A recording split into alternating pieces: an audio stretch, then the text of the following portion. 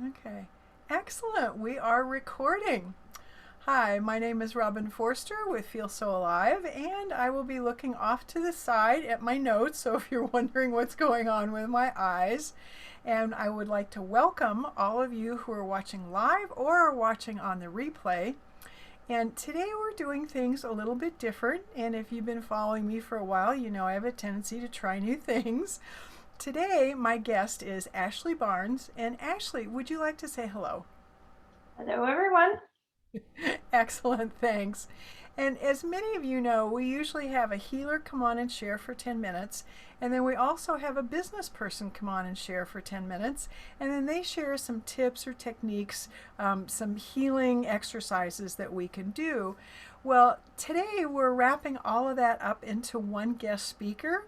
And that's what I'm really excited about today. So let me tell you a little bit about Ashley, and then you'll see why we're going to do it this way.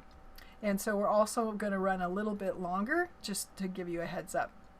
Okay, so Ashley's bio, Ashley Barnes, MSHROD, are the initials behind her name. And I'm sure that you will tell us about that later, right? Okay.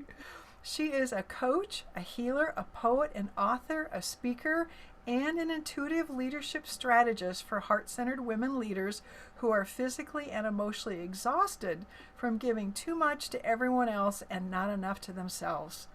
And does that sound like anybody who is listening and watching? Exactly.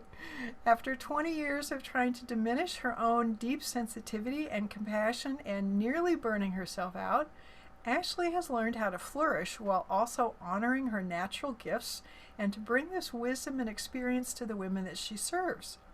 She uses both energetic and practical tools, along with the healing power of words, to help women heal their overwhelm so they can prevent burnout and have an impact for those they serve without depleting themselves. And when she's not working, Ashley enjoys time with her soulmate of over 15 years, their 4 children, one granddaughter, and a multitude of pets. That sounds entertaining. With Mhm. 4 kids, I can just kind of guess. Her happy place is by the water, especially Siesta Key Beach, where she feels at home and inspired. So, Ashley, we are really excited that you are here.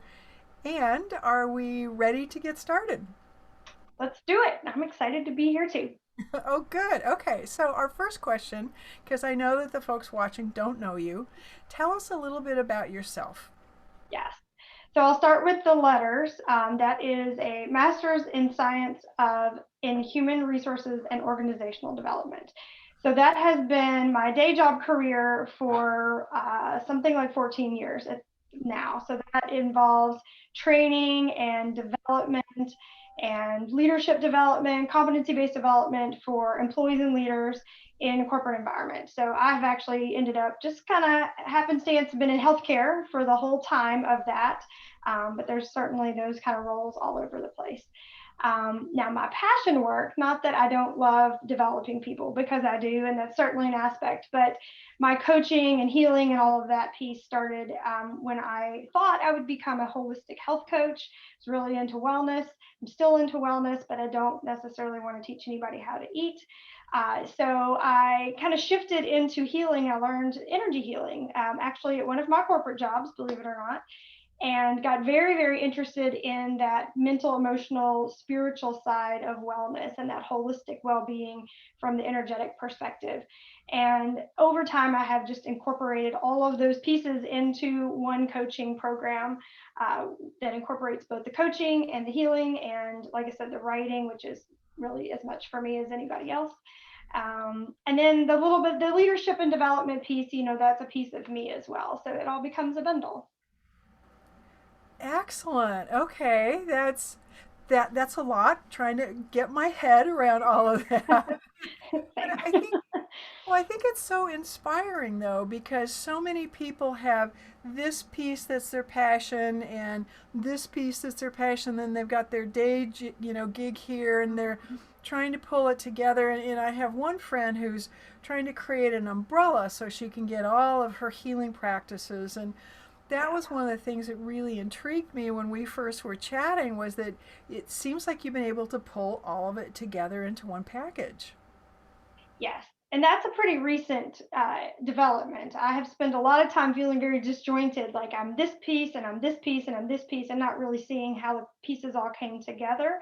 It's been in the last year when I went, hey, these are all interrelated, and I can help people in the corporate world or in business just as easily with these energetic pieces as I can anybody else. Now, it doesn't mean I can't help other people too, but that connection between how does this impact me as a corporate worker for most of my life, and how has this been helpful to get me through that.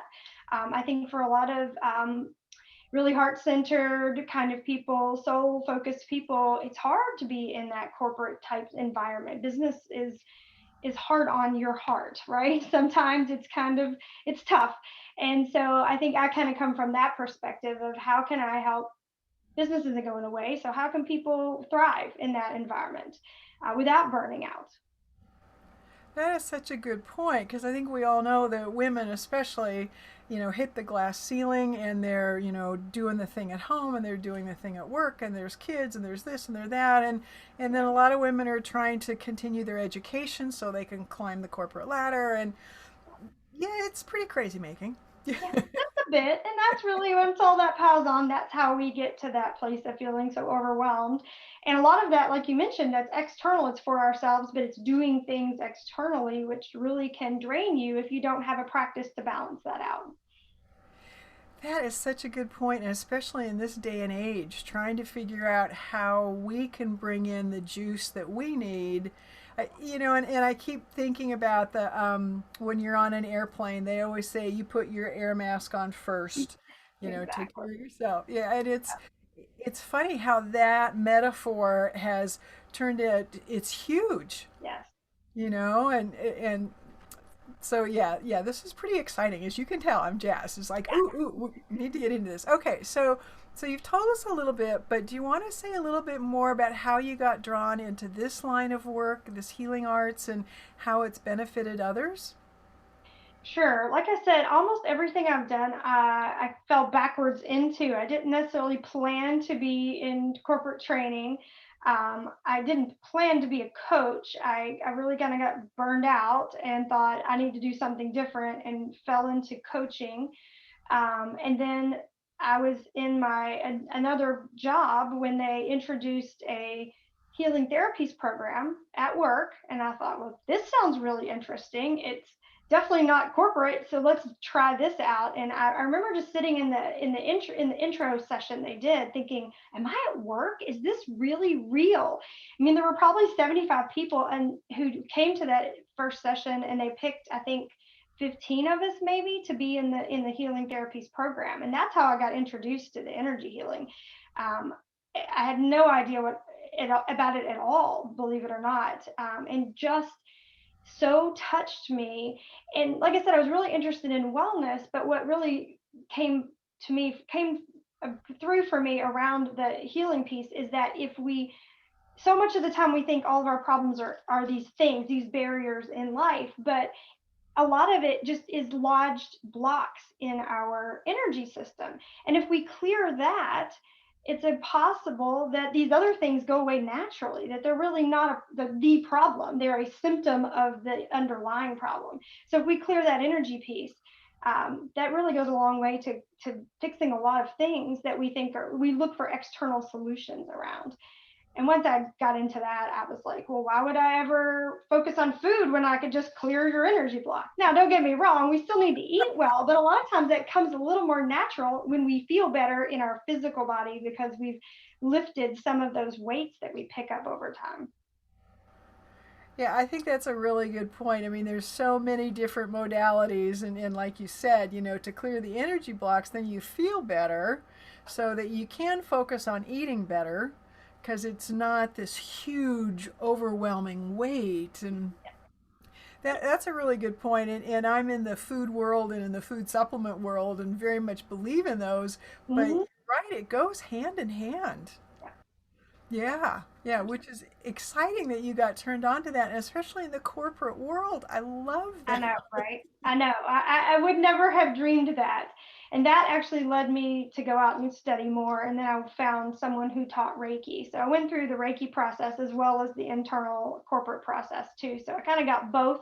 So now I've blended those modalities as well. So it's just been really fascinating. Exactly, which is how we got so involved because we were chatting with just a regular one-to-one. We met each other on LinkedIn through another workshop I think we both attended, and we just kind of started chatting, and then it was like, oh, this is cool. Mm-hmm. We have to do something with this information. We have to share your knowledge. Exactly. Yeah.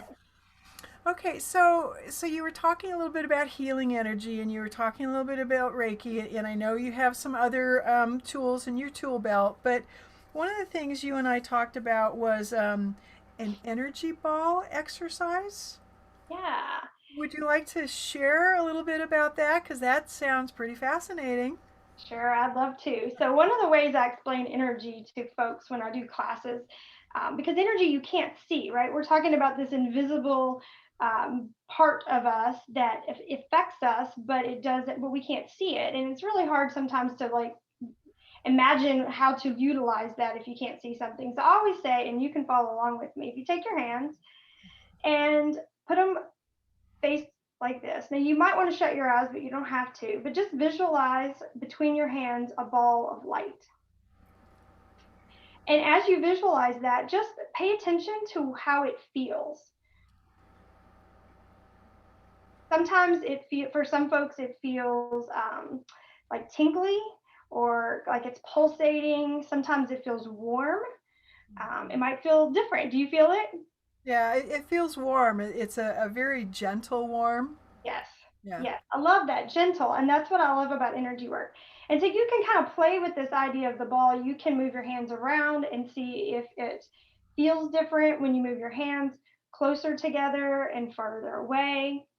And if you're, not everybody can feel the ball initially. So kind of playing with that. But if you're feeling it, then you can also do the same activity, but you can do it kind of up your arm, um, or over your torso.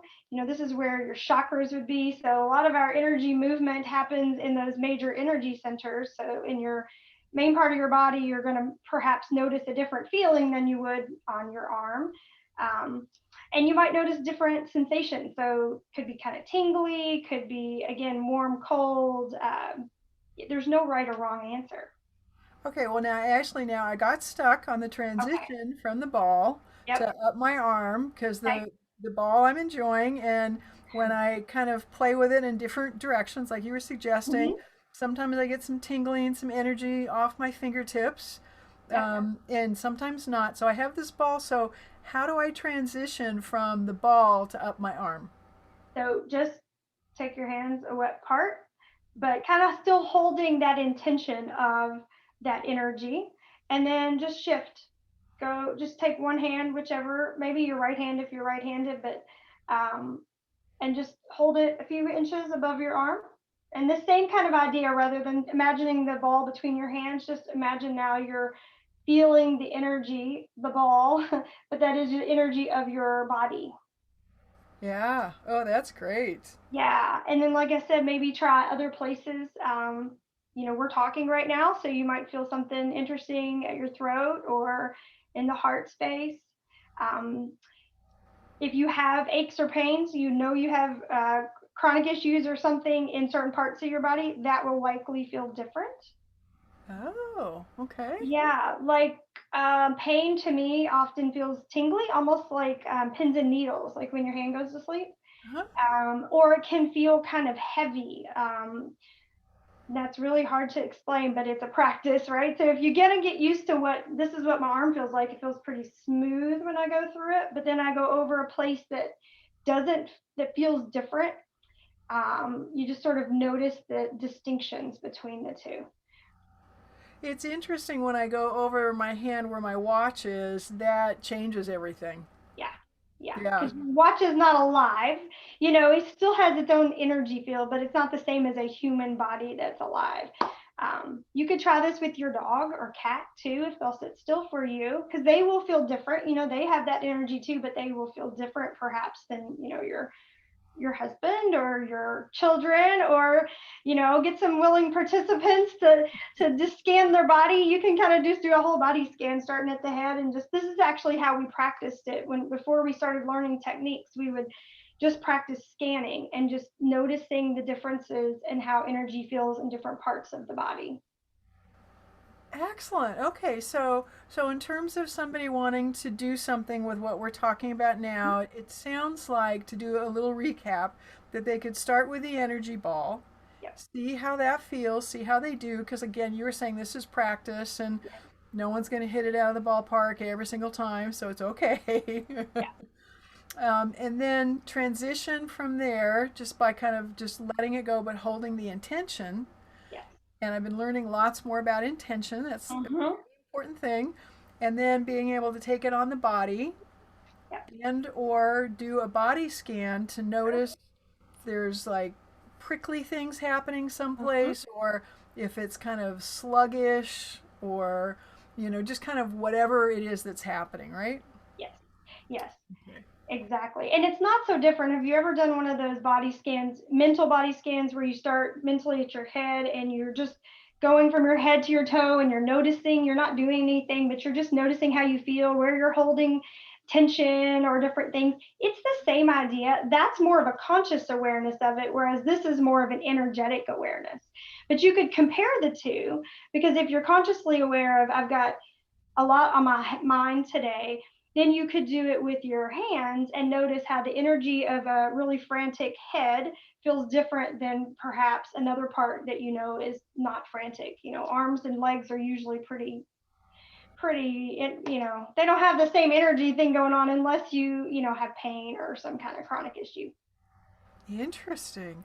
Well, I Yeah. was thinking when you were talking about the body scan, I periodically practice melt, which is a physical thing, and Sue Hitzman is the one who came up with it, and she does this great body scan where she walks you through it so you can feel it.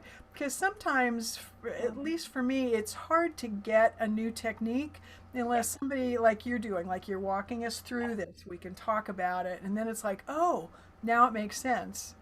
Yeah. So, for anyone who's watching this and is wondering, so how do you do a body scan from your head? Go check out Melt on either YouTube or Facebook, and Sue does a great. I think she does about a 10-minute of just kind of figuring out what's going on. Yeah, yeah, it's really good. Yeah. Um, okay, so now you had some other toys. I shouldn't call them toys, but I Yeah. kind of see them as toys. Yeah. Before we were talking about a head to heart exercise. Yes. Yeah. That's actually a nice segue, because it's kind of similar to the body scan. But one of the things that comes up a lot for those of us who are very busy and very overwhelmed, and we stay in our headspace a lot, right? So we get that really, for me, because I've been practiced getting attuned to this, is it's a very buzzy, kind of chaotic feeling up here. Not, could be a headache, but if it goes too far, but really it starts to get overwhelming. And what we want to do is, when we're, especially if we're trying to make decisions, we want to just find a sense of balance. We want to get better, more grounded into just our, and then mindful in our life, right, and present. We want to get out of our head and down into the heart space, because the heart space is more like that intuitive place where we kind of have a better inner knowing. Our head does a great job of thinking for us, right? We have to think sometimes, but thinking isn't always the way we get to the answer. Sometimes it's more of that intuitive piece. So if you find yourself in that headspace, you can just, it's really simple. We talked about intention. So put some focus around your head. And what I actually encourage folks to do is to think of something, that bring to mind something that they're kind of thinking about that's causing this chaos. So, a decision you're trying to make, or something you're ruminating on, bring that into your awareness, and then notice how your head feels when you bring that up. And like I said, for me, it's buzzy, tingly, kind of chaotic feeling. It could be different for you. And then once you've brought your awareness to that feeling, consciously bring your awareness out of your head and just bring it to your heart. And for a lot of folks, if it's new for you, I encourage you to put your hand on your heart, so you remind yourself, we're coming down here, bringing the awareness from here to here. and notice how that feels different. The heart usually feels a little calmer, a little more gentle and serene. And then bring your awareness to bring that situation back to mind, but bring it to mind with the focus in the heart. And you're not necessarily looking for an answer yet, although if you practice this enough, you might find that once you get out of there and down to the heart, the answer comes more quickly. But if nothing else, it gives you that sense of calmness, of coming out of the chaos space and down into the healing, loving space of the heart. Yeah, that really made a difference because as you were talking, I was, going with my head, and my head was getting fuller and more sluggish and heading towards painful. And I don't usually get headaches. I mean, that's like once every 20 years I get a headache. And so it was kind of like, uh-oh, okay, so what's going on? But it was nice to be able to pull it down to my heart because that relieved some of the pressure, which was Mm-hmm. nice. And like you're saying, my heart is so much calmer and it's steady because it beats very regularly, which I appreciate. Right. That's a very good thing. It is. It's the whole intention.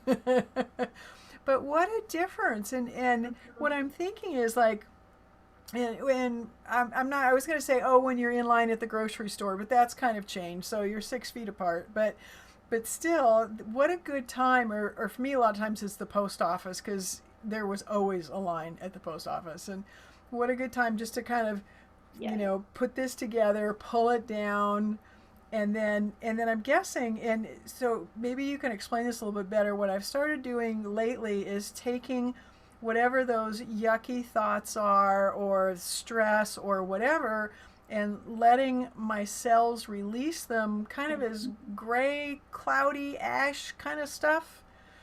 And so now, does that fit with what we're doing?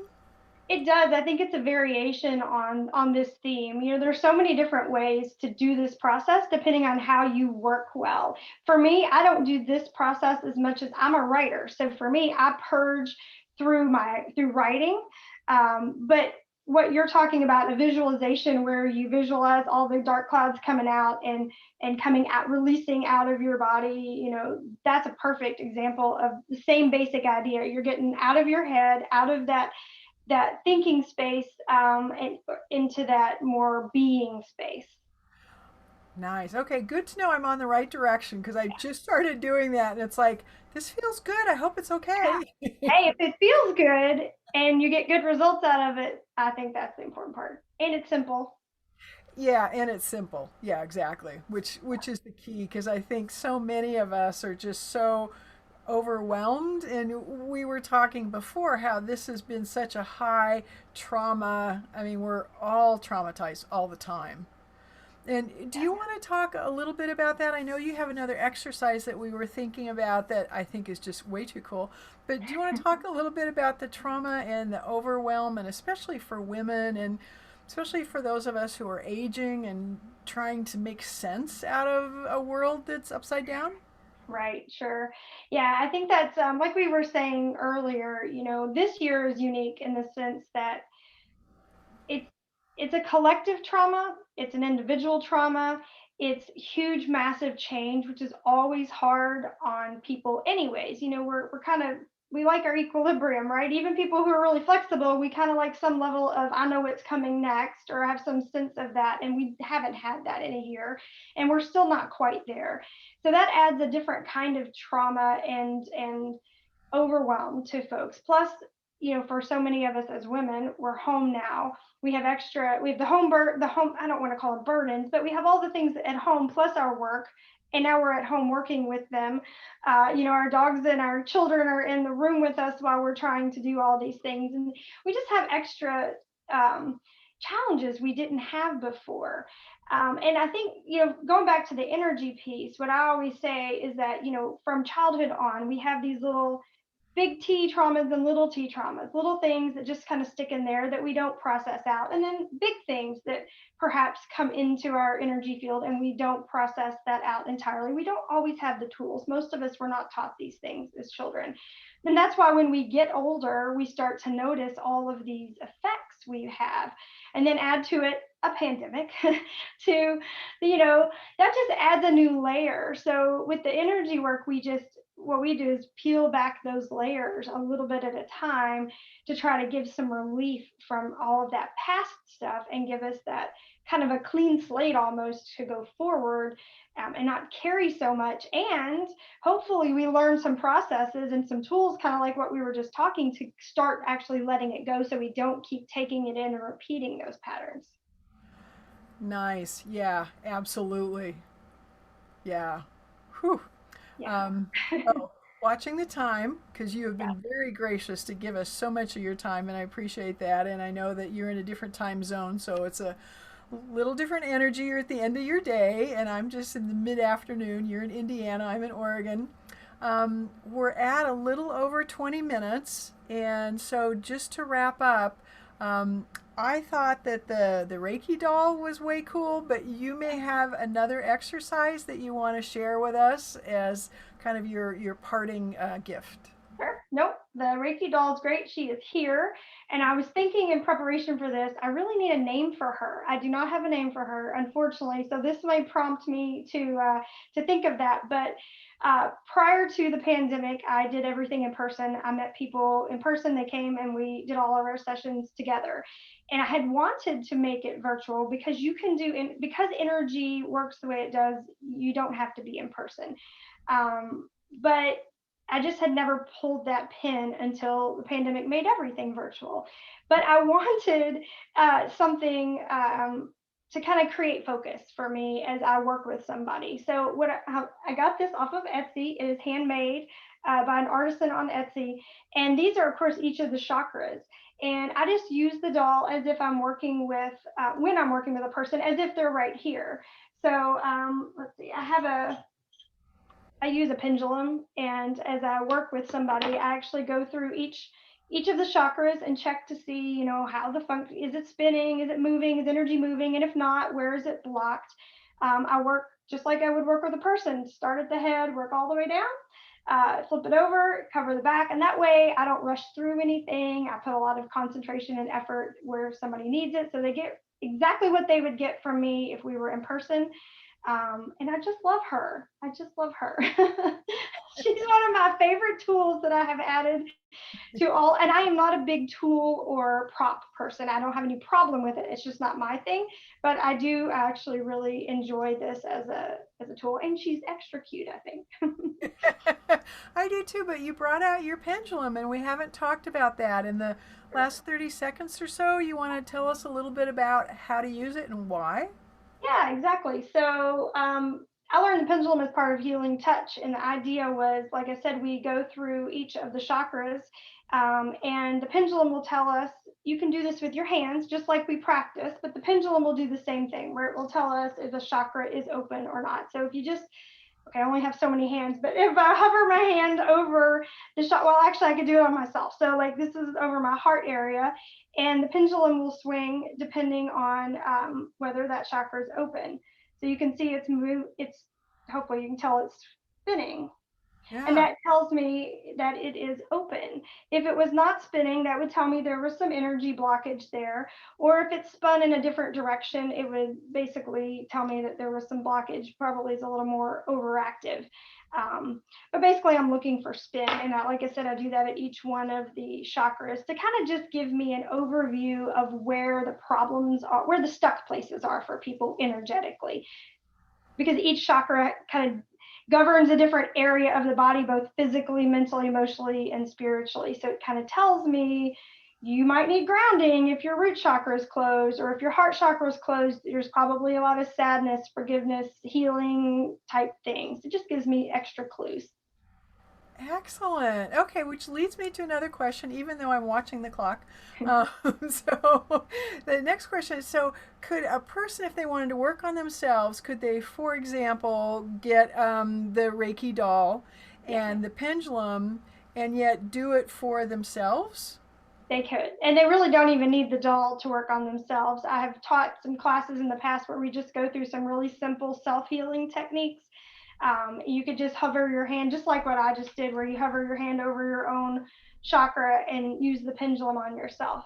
Um, Not unlike the ball, it takes some practice. I think the one thing I love to use the pendulum because it really brings it into reality, makes it more tangible. But I will say sometimes it doesn't spin right away for everybody, and that can be frustrating. So if you try it, don't get frustrated.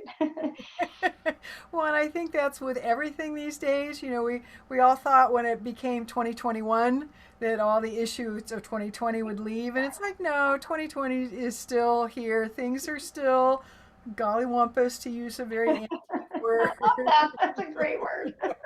Yeah, and it's a clean, family-friendly word, It is. It is. But Ashley, I'm looking at the time and I appreciate you giving us so much information. This has just been an absolute treat. Yeah, thank you so much for having me. I probably could talk about this all day, so it's good that you were watching the clock. Well, and I think I could too. So I'm going to go ahead and stop the recording.